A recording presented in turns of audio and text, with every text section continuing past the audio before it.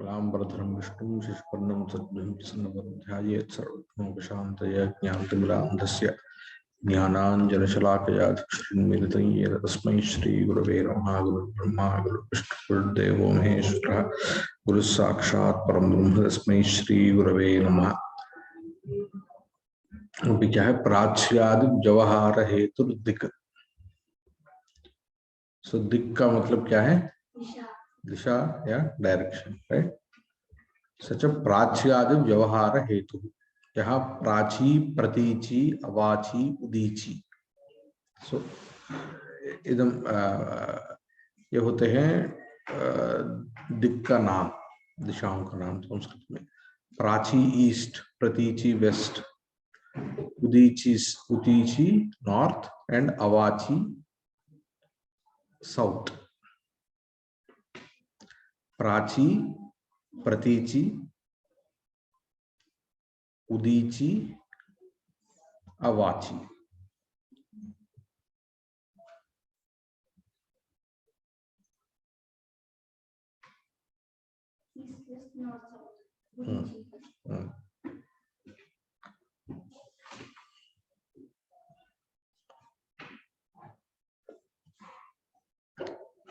तो यहाँ पर भी व्यवहार का मतलब सिर्फ जैसा व्यवहार हेतु कैसा बनता है, पहले जैसा बताया है। व्यवहार क्या है? व्यवहार हेतु के लिए व्यवहारतव्य का कैसा कारण रहता है, तो वैसा ही यहाँ पर भी दिक् यदि नहीं होता तो प्राची, प्रतीची ऐसा व्यवहार नहीं हो सकता।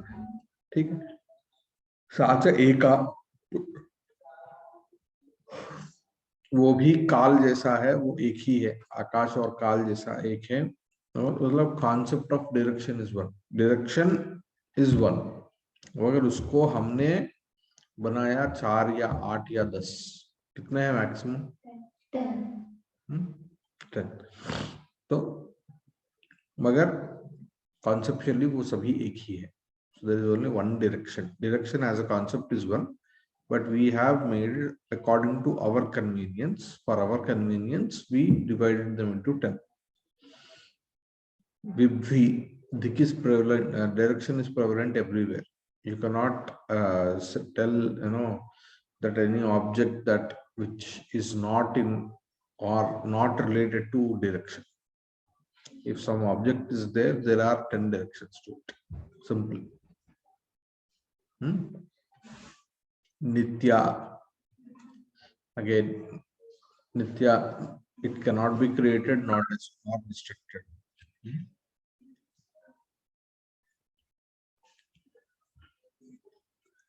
साच एका विभि नित्या च।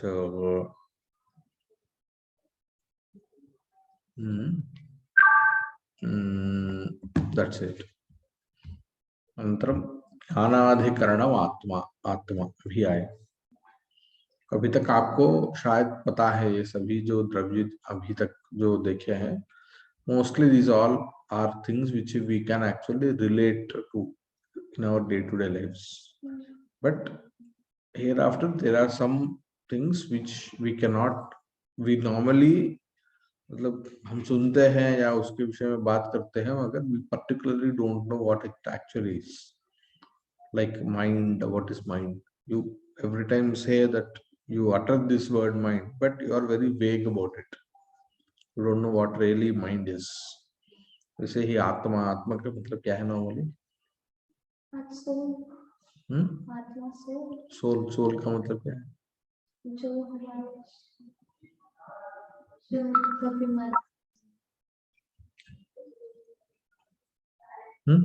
What is soul?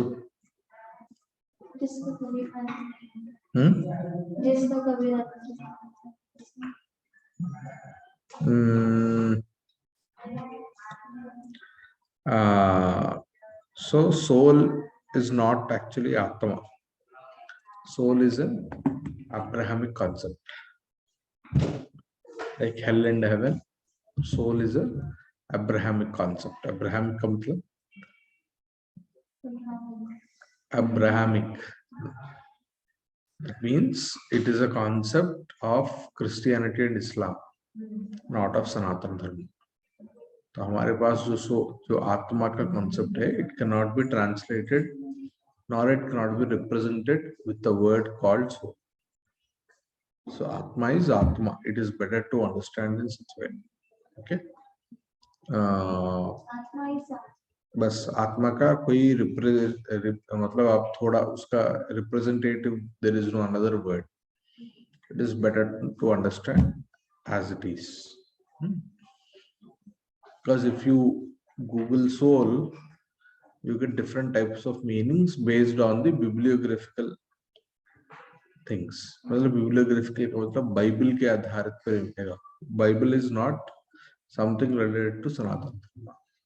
Bible is a completely different text altogether for relating to a different religion, school of thought, which is nowhere connected to us.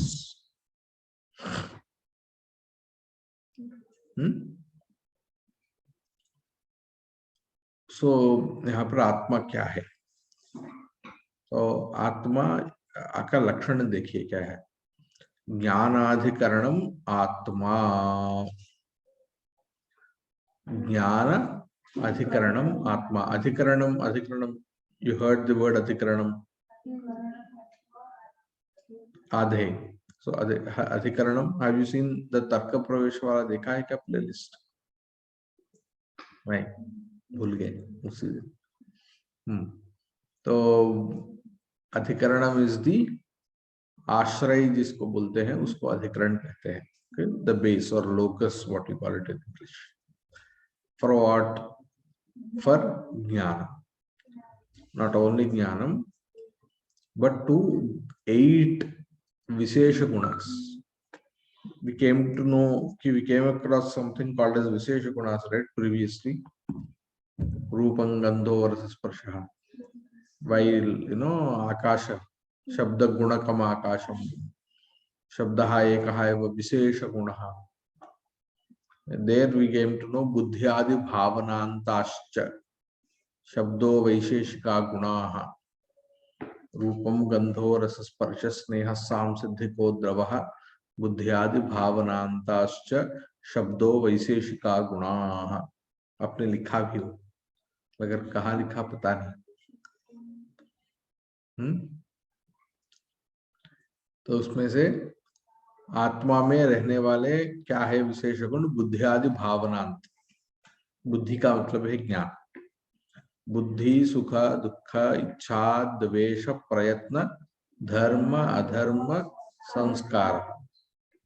संस्कारेषु अपि भावनाख्य संस्कार. भावना इति संस्कारः.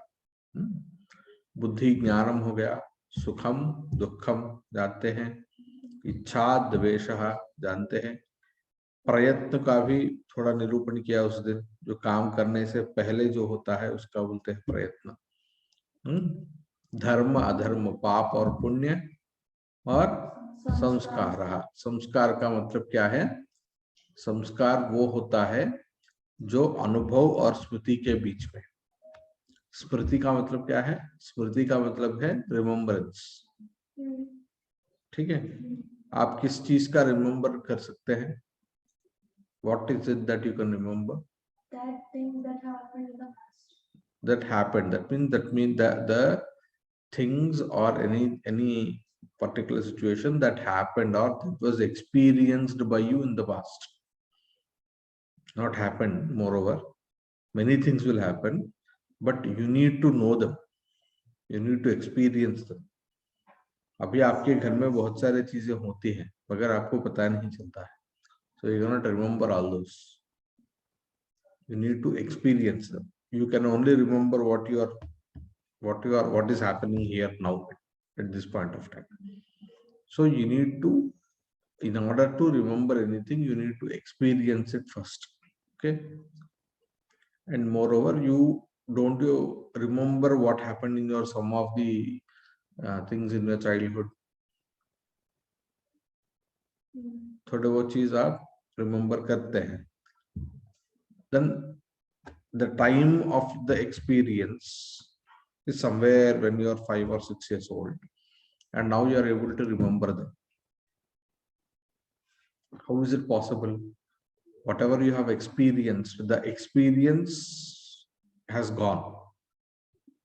The time has passed away. It just got destructed, right? So no more you can experience it again. But again, you are remembering. So that means in between you're carrying that experience with yourself. You're carrying the elements of experience. So what is this? How is this possible?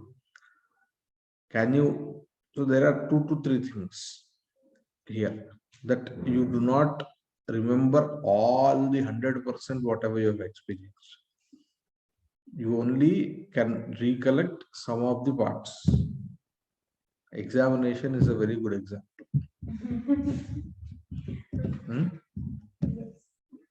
Normally we go through a lot in the lecture, but we can only reproduce what we can reproduce, right?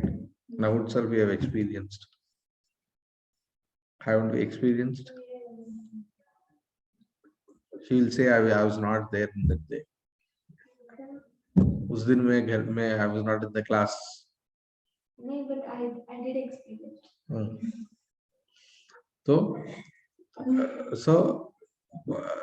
So you don't remember all what have you experienced, but only you can remember some things. Why? And you don't remember each and everything, each and every second. You experienced a lot from your childhood, but you don't recollect or remember all of them. No, you only recollect that which is needed for that point of time, or that which happens to be, or that memory which was triggered, right? So ये सब कुछ कहाँ रहता है? स्मृति तो remembrance हो गया. स्मृति का मतलब ही रिमेम्बरिंग. तो इसी को संस्कार कहते हैं. वो संस्कार का मतलब वो जो रहता है ना, वो संस्कार भी एक्चुअली यही है, मगर वो एक रूढ़ अर्थ हो गया है. सो जो अनुभव के कार्य है और स्मृति के कारण है, उसको संस्कार कहते हैं. स्मृति के कारण.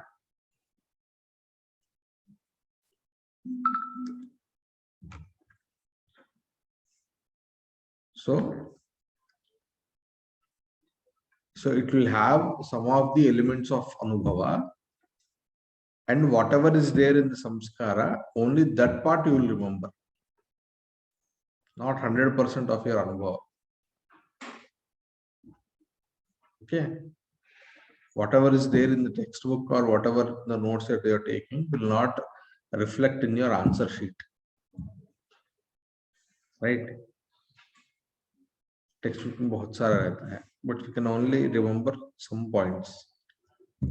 So parts of experience will be there, and whatever is there in the samskara, there is a possibility that you will remember all that. And when will you remember? When this samskara is ignited, triggered, activated, or else through certain elements. It could be some context, like examination, where the question triggers the answer, right? Isn't it? If the question is what is 2 plus 2, then you will answer 4, not 6. Even though you know 2 plus 3 is 6, 2 plus 4 is 6, but you don't write that because that samskara is not being triggered, because that was not the question that was asked. Okay, so isko hi udbodhak kehte hain, the triggering point. I mean, the element which actually ignites or activates one particular samskara is called as udbodhaka. So based on, or else a situation can be an udbodhaka, question can be an udbodhaka. Udbodhaka can be of in anything can be an Udbodhaka. We cannot define Udbodhaka. I mean, define ka matlab, we cannot say that this is Udbodhaka and this is not the Udbodhaka. You never know which can be the Udbodhaka. What triggers what, you never know. So that is why people react to things in a very different manner, depending upon what kind of a samskara is being triggered. तो उसीलिए आप लोग जो कुछ भी आपने experience किया है वो सभी कुछ आप यहाँ पर सभी टाइम्स में आप एक्सपीरियंस रिमेम्बर नहीं करते। जो उस समय जिस संस्कार का उद्बोधन हुआ है सिर्फ वही उसी विषय का स्मरण होता है। ठीक है, तो इसी को संस्कार कहते हैं। तो अभी बुद्धियादि भावनांत जो संस्कार है ये सभी बुद्धि, सुख, दुख, इच्छा, द्वेष, प्रयत्न, धर्म, अधर्म एंड संस्कार, these are the 8 vishesha gunas that are there now. Vishesha gunas, other samanya gunas are there. As Akasha has only Shabda to be precisely one vishesha guna, here Jnana has 8 vishesha gunas. Jnana is enough in order to define Atma. One is enough actually. Actually, Jnanadhikaranam Atma is the definition. Why can't it be Ichchadhikaranam Atma? It can also be the definition. It can also be the definition. Again here, what is the relation between Jnanam and Atma? Right? आत्मा में ज्ञान होता है। वही किस संबंध से होता है? संयोग। आत्मा इज अभिकरण और ज्ञान वही किस संबंध से? समवाय संबंध या संयोग, किस संबंध से? समवाय। क्योंकि द्रव्य और गुण के बीच में जो संबंध है वो समवाय ही होता है। द्रव्य और गुण के बीच में जो संबंध होता है वो समवाय ही होता है।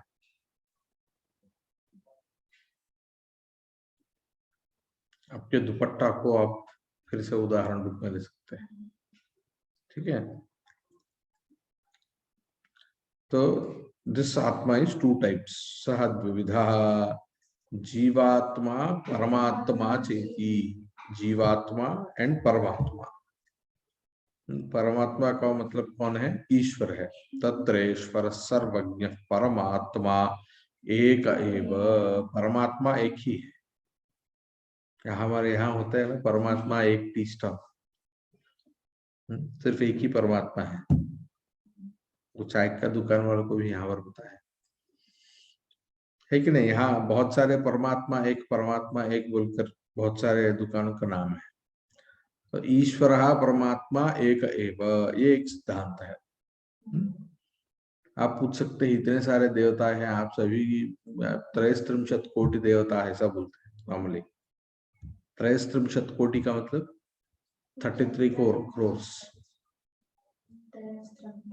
33 30, त्रयः 3, 33 33,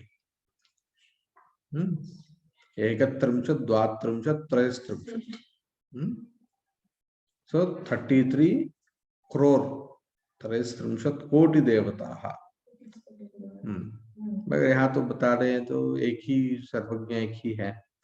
तो एक ही जो ईश्वर है उसका 33 कोटि विविध रूप है। जैसा आकाश एक ही है, उसका औपाधिक भेद हमने बताया ना, वैसे ही एक ही परमात्मा का विभिन्न रूप से उनका उपासना करना, ये जो है उससे देवता में प्रभेद आते हैं। प्रभेद का मतलब डिफरेंसेस। इसीलिए एक ही देवता का हो सकते हैं विभिन्न रूप 33 कोटि पर्यंत।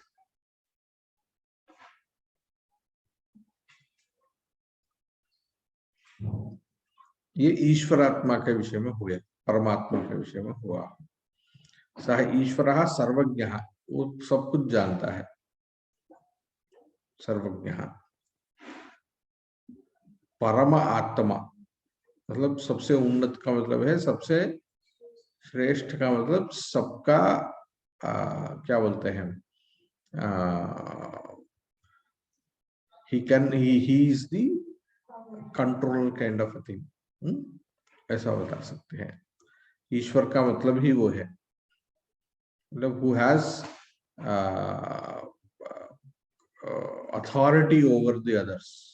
ये जो अथॉरिटी होता है उसी को ईश्वर कहते हैं, ऐश्वर्य कहते हैं।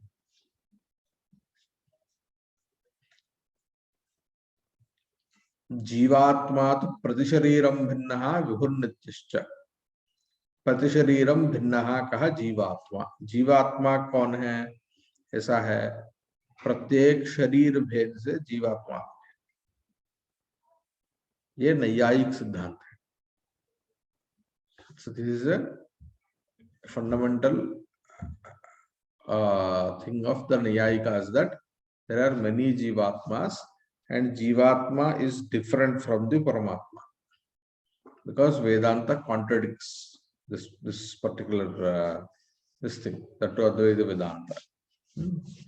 जीवात्मा तो प्रतिशरीरम भिन्न, वो प्रतिशरीर भिन्न है। हर एक हाँ, उसीलिए तुम जो जीवात्मा हो वो उससे अलग है। जितने शरीर है उतने जीवात्मा। शरीर का मतलब सिर्फ हमारा शरीर नहीं, वो पिपीलिका का हो सकता है, किसी का भी हो सकता है, वृक्ष का हो, सभी में सभी को जीवात्मा मानते हैं। whatever living and non-living, so-called non-living, मतलब living, actually plants come under living things right now. So all those animals, plants and etc. जिसमें चैतन्य है, उन सभी को जीवात्मा ही है हम कह सकते हैं। उनका जो शरीर है वही शरीर। If it is a plant शरीर, उसका शरीर अलग है, प्लांट के रूप में रहता है, वृक्ष के रूप में रहता है। सा जीवात्मा तो प्रतिशरीरम भिन्न, तो इसीलिए उसका संख्या हम नहीं गणन कर सकते हैं। We cannot say the exact number of जीवात्मास, वो असंख्येय है, इन्फिनाइट। तो ये हो गया। विभु नित्यश्च, जीवात्मा हो या परमात्मा हो, वो विभु पदार्थ है, मतलब सर्वत्र व्यापृत है। वो नहीं है ऐसा कोई भी एक प्रदेश नहीं। जैसा आकाश है वैसा जीवात्मा या और परमात्मा है। ये ठीक है क्या? जैसा आकाश तो ये समझ में आ रहा है क्या? कॉन्ट्रडिक्शन नहीं आ रहा है? जैसे आकाश ठीक है, आकाश जैसा है, मगर क्या कहा? प्रतिशरीरम भिन्न, ऐसा भी कहा है। हाँ, एक शरीर अलग अलग है। मेरा शरीर सब जगह है क्या? नहीं, मगर मेरा आत्मा सब जगह है। ठीक है।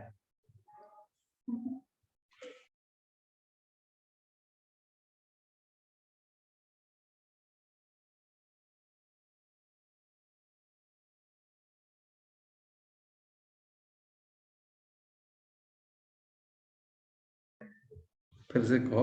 वो जैसे जैसे आत्मा कॉन्सेप्ट एक ही है, लेकिन वो नहीं, हाँ, कॉन्सेप्ट एक ही नहीं बताया, इसलिए एक आत्मा ऐसा नहीं कहा।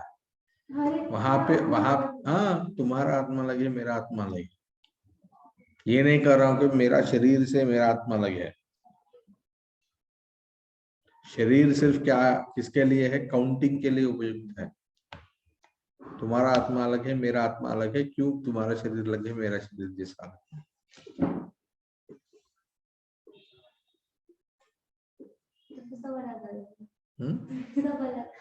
सिर्फ ये है कि यहाँ जो उपाधि लिया है, एक्चुअली आकाश के यहाँ भी हम ले सकते हैं।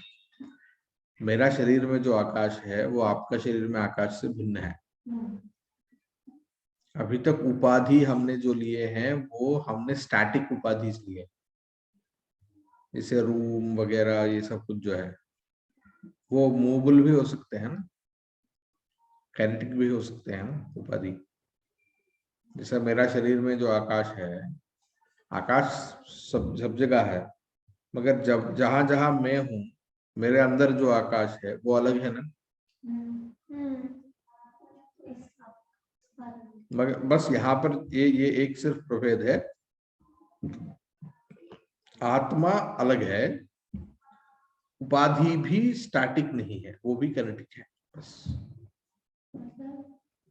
वहां आकाश एक ही है, बहुत सारा आकाश की आवश्यकता नहीं है ना। बहुत सारा आकाश अंगीकार करके क्या करोगे?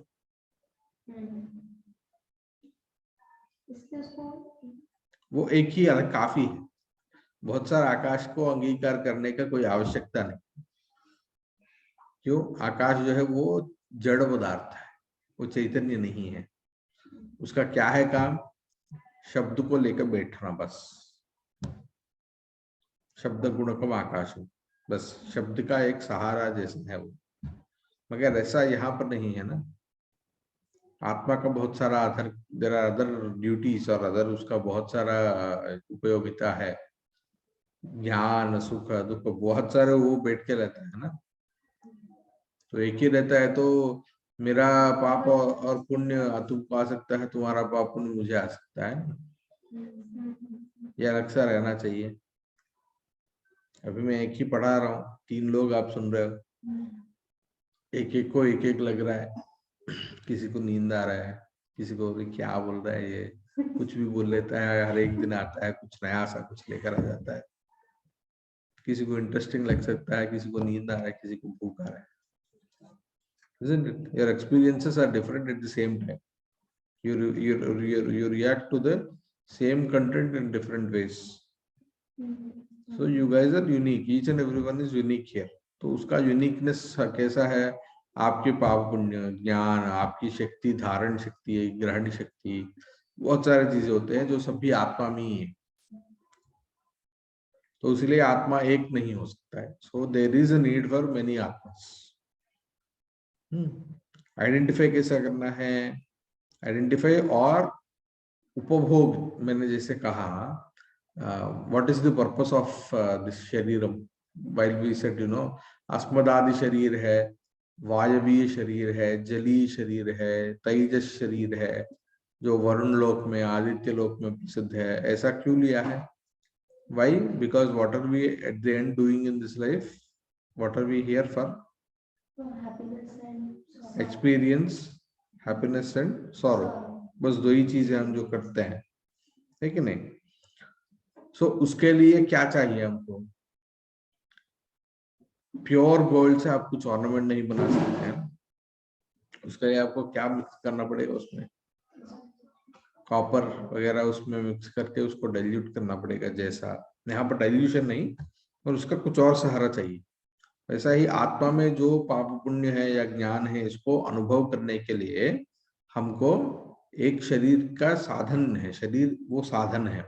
उसीलिए मैंने कहा वहां पर भी जब वो शरीर का निरूपण किया है, what is the purpose of this body is to experience sukh and दुख।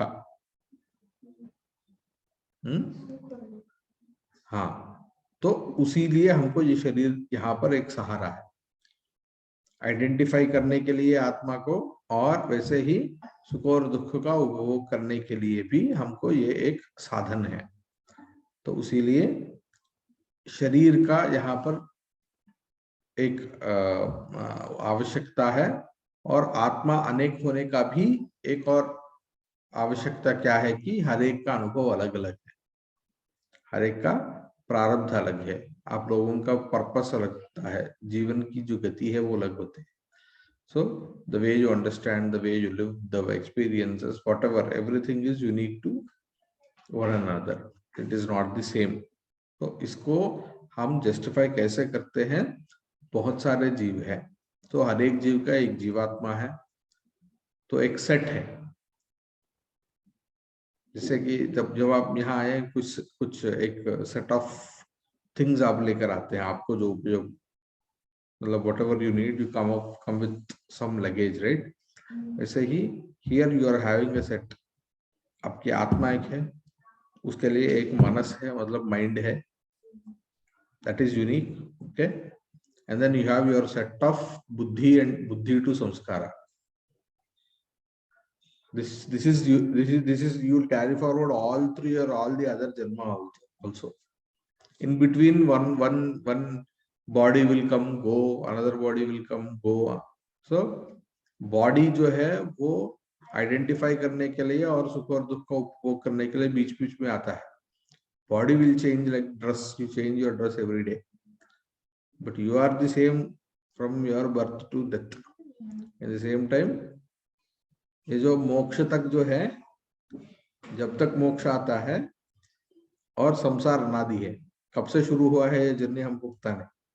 जैसे आपको इस जन्म का बर्थ पता है, डेथ आपको नहीं पता चल जाएगा, किसी और को पता चल जाएगा.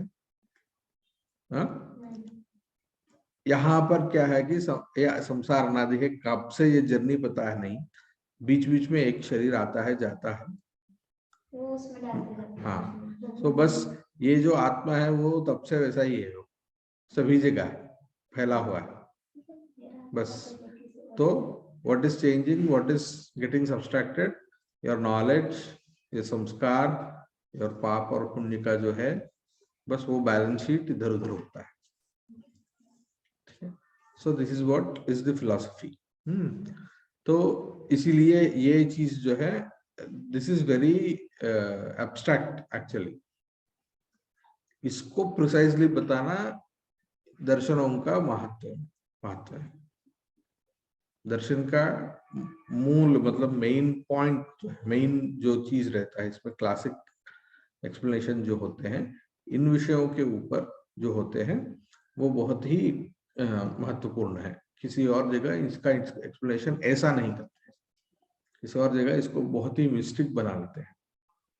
मिस्टिक का मतलब है उसका कुछ कथाएं वथाएं होती हैं, वो कुछ पूरा कुछ भी कर लेते हैं.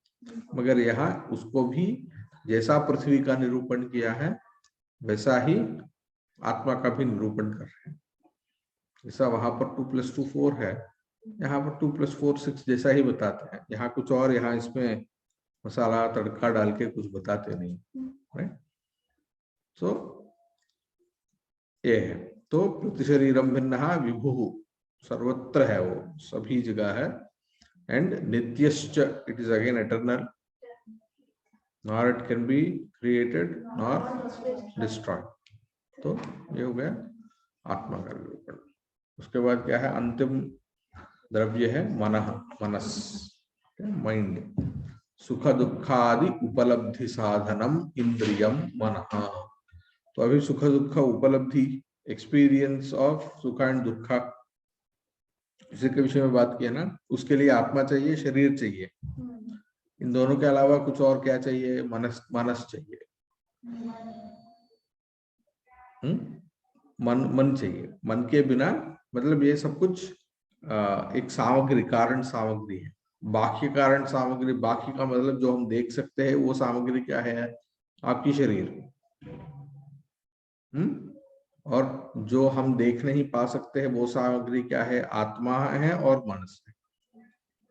मन को भी आप you can not experience Manas also, क्योंकि मनस क्या है, इंद्रिय है.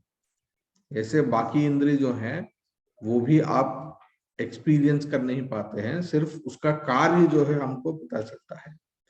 मनस का भी कार्य क्या है, अभी आत्मा में जो कोई हमने विशेष गुण बताए हैं, ज्ञान, सुख, दुख, इच्छा, द्वेष, प्रयत्न, संस्कार, हम नहीं जानते.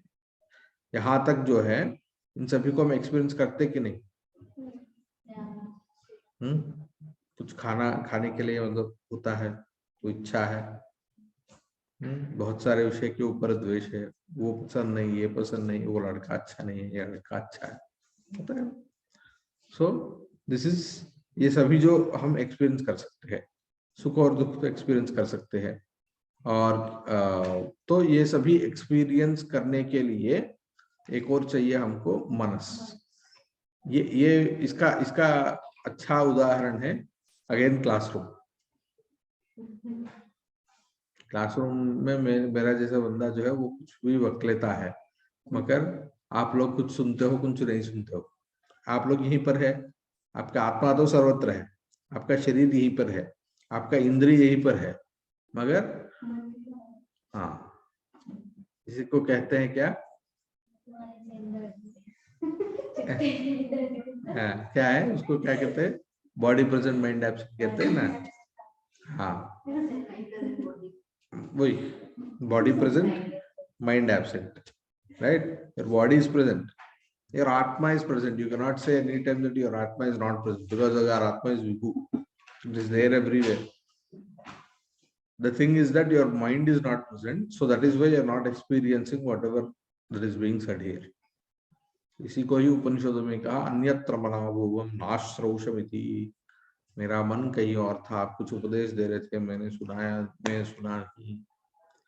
So everything else is there, but the mind was not attentive. तो उसका मतलब क्या है कि वो भी चाहिए, मन का भी एक्टिवली पार्टिसिपेशन जो है वो भी अनुभव के लिए बहुत महत्वपूर्ण है.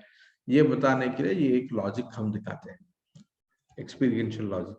ठीक है, तो इससे हम,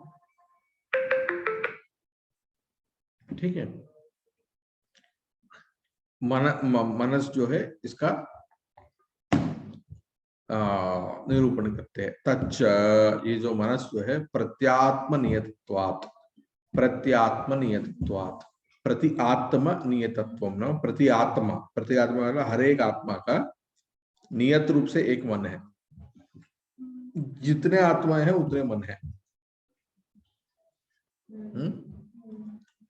आत्मा कितने हैं पता नहीं, ईश्वर का तो आत्मा एक ही है. जीवात्मा कितने हैं हमको पता नहीं. तो ईश्वर का भी एक मनस है, उसका एक छोड़ दीजिए, बाकी जीवों का जितने आत्मा है उतने मनस है. और उसके साथ वो टैग है, आपका मनस मेरा आत्मा के साथ उसका जमता नहीं, वो उसके लिए वो कारण नहीं बनता है. अनंतम, अनंतम का मतलब वही है, उसका संख्या कुछ नहीं है, इन्फिनिट. प्रत्यात्म नियतत्वाद अनंतम. और उसका साइज क्या है? परमाणु रूपम. नियतत्वाद का मतलब है, नियतत्व का मतलब है इनएविटेबल, इनएविटेबिलिटी बोलते हैं, मतलब इनएविटेबल कॉन्ग्रुएंस बोलते हैं, मतलब इनएविटेबल रिलेशन, मतलब an atma cannot be without a manas. ऐसा समझ लो. There is a inevitable relationship between one atma and one manas. So it is each and every atma will have one manas.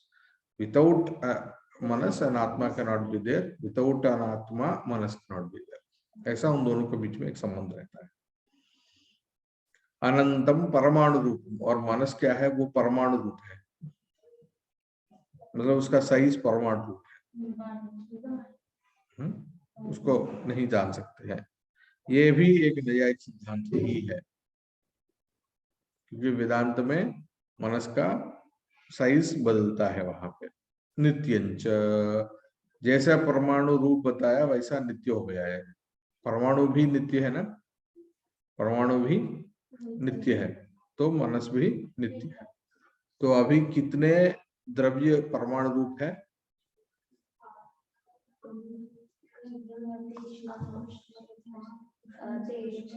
Prithvi, up, तेज, वायु, आकाश का परमाणु रूप है क्या? मनस. बस 5 ही है.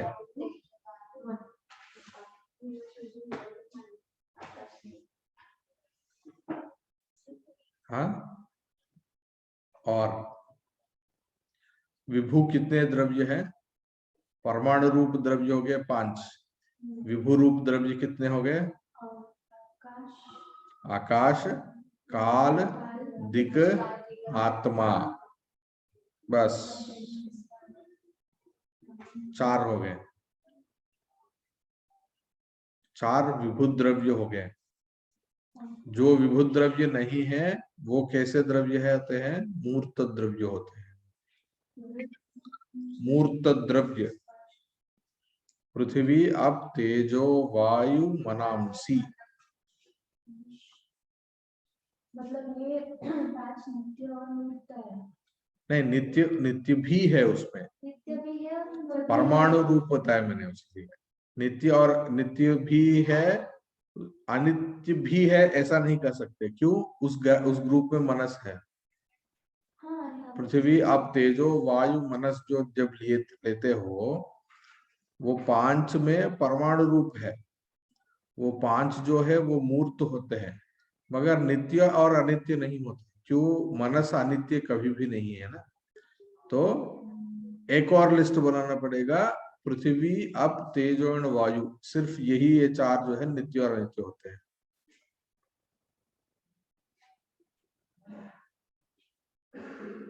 तो अभी देखो कितने ग्रुप्स बन गए इन 9 में। पृथ्वी, अप, तेजो, वायु और मनस जो है वो परमाणु रूप है और मूर्त द्रव्य है। आकाश, काल, दिग और आत्मा विभू द्रव्य है। पृथ्वी, अप, तेजो और वायु नित्य और अनित्य रूप है। और एक और विभाग है, भूत। क्या क्या है इनमें से? पृथ्वी, अप, तेजो, वायु, आकाश। पंचभूत क्या है? तो वायु, तो ये भूत, आकाश, पांच जो है भूत द्रव्य कहते हैं इनको।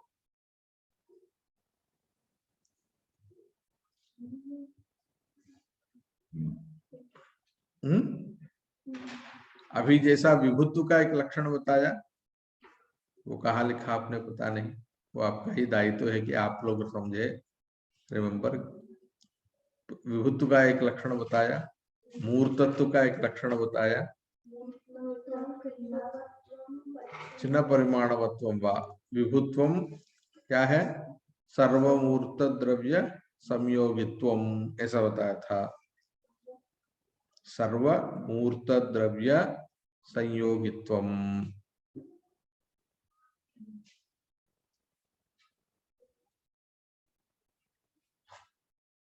अभी भूतत्व क्या है? पंचभूत कहते हैं ना, ये भूतत्व क्या है? पंचभूतत्व, पंचभूत जब कहते हैं उसमें भूतत्व का भी एक डेफिनेशन है। क्या है?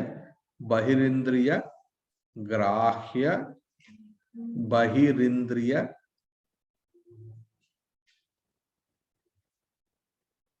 ग्राह्य विशेष गुणवत्वम।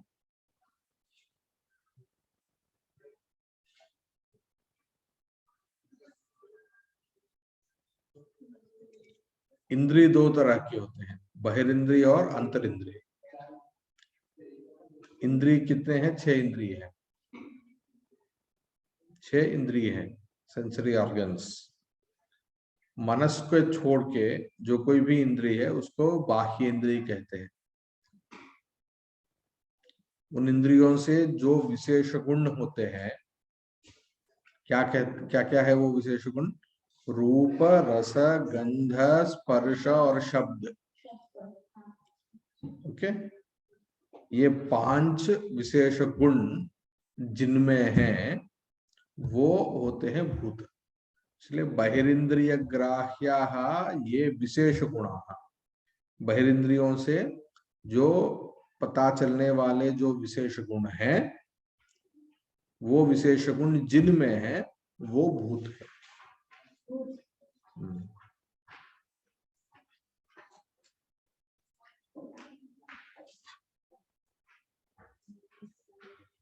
विशेष गुणवत्वम।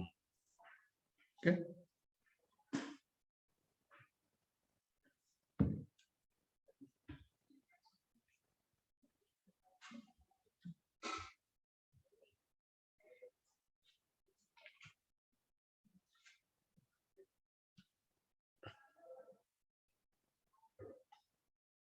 तो ये पर रुक लेते हैं। Stop here.